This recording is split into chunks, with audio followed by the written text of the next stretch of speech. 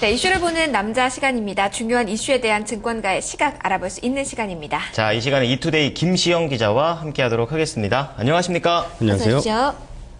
네, 오늘은 개설된 첫 번째 옵션 만기일입니다. 네. 시장에서는 제한적일지라도 다소 영향이 있을 것으로 전망이 나오고 있는데요. 네. 오늘 이슈를 보는 남자 시간에는 1월 옵션 만기 전망과 증시 영향 그리고 전략까지 짜보도록 하겠습니다. 네. 먼저 어제 장 마감 상황부터 좀 정리를 해볼까요? 네.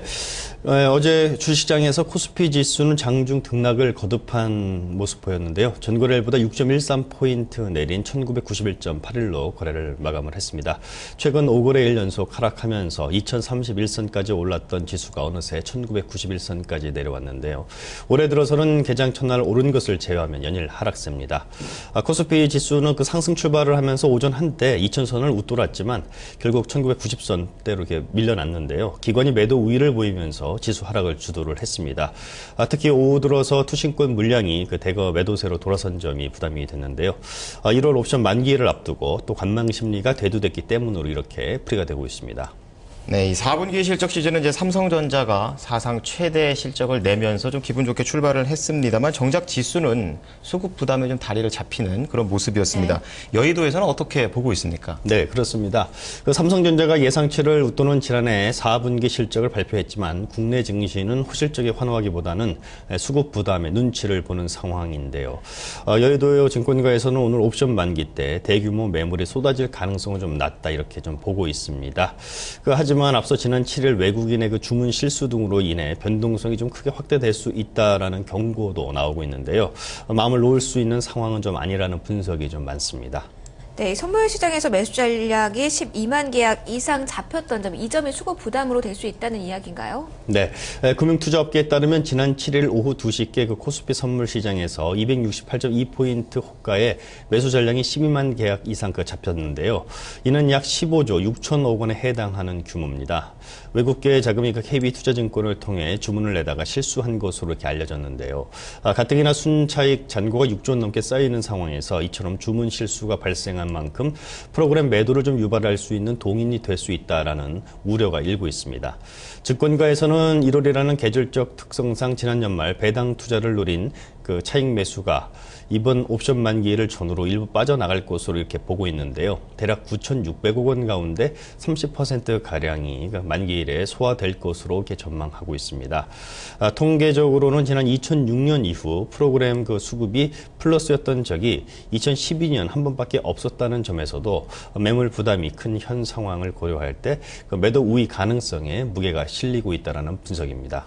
네, 근데 하지만 이 한쪽에서는 외국인의 이 주문 실수 영향이 크지는 않을 것이라는 얘기도 있지 않습니까? 네, 그렇습니다. 그 현재 선물 거래량과 가격대는 좀 정상적인 수준으로 외국인 주문 실수에 따른 영향, 큰 영향은 좀 없지 않겠느냐라는 분석도 여의도 일각에서는 제기가 되고 있습니다. 매물출의 가능성을 완전 배제할 수는 없겠지만 현재 상황에서는 지난 7일에 그 대규모 선물 매수 투자자가 전매를 지연시키면서 충격을 좀 줄일 가능성이 높다는 관측인데요. 이번 옵션 만기 때 충격이 없다면은 2월 또는 3월로 지연돼 나타날 가능성이 있다는 분석이 많습니다.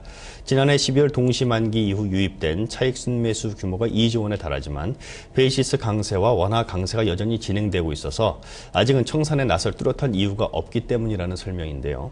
아울러서 배당을 노린 차익 매수가 1월 효과를 극대화한 후 청산 시점을 모색하기 때문에 2, 3월에 영향이 나타날 것이라는 전망입니다. 일각에서는 이번 만기 때 실질적인 물량 부담은 2,300억 원 정도로 이렇게 추정을 하고 있는데요. 때문에 시장에 미칠 영향력은 좀 그렇게 제한적일 수밖에 없다 이런 분석도 나오고 있습니다. 네, 제한적일지라도 오늘 주식시장 상당히 부담을 안고 움직일 것으로 보이는데요. 이 옵션 만기 때 시장이 움직일 경우 저가 매수로 활용하자라는 이야기들도 나오고 있습니다. 여의도의 투자 전략 좀 정리해 주실까요? 네, 현재까지 여의도 증권가의 의견을 종합을 해보면 1월 옵션 만기 영향은 좀 제한적이나마 주식시장에 영향을 미칠 것으로 이렇게 예상이 되고요. 있는데요. 여기에 외국인 주문 실수 여파가 본격적으로 가세한다면 그 충격은 좀 더욱 커질 수 있다라는 데 모아집니다. 이처럼 옵션 만기를 전후로 차익 매물 부담에 따라서 시장이 움직일 경우 이를 저가 매수 기회로 좀 삼아야 한다는 의견이 나오고 있는데요.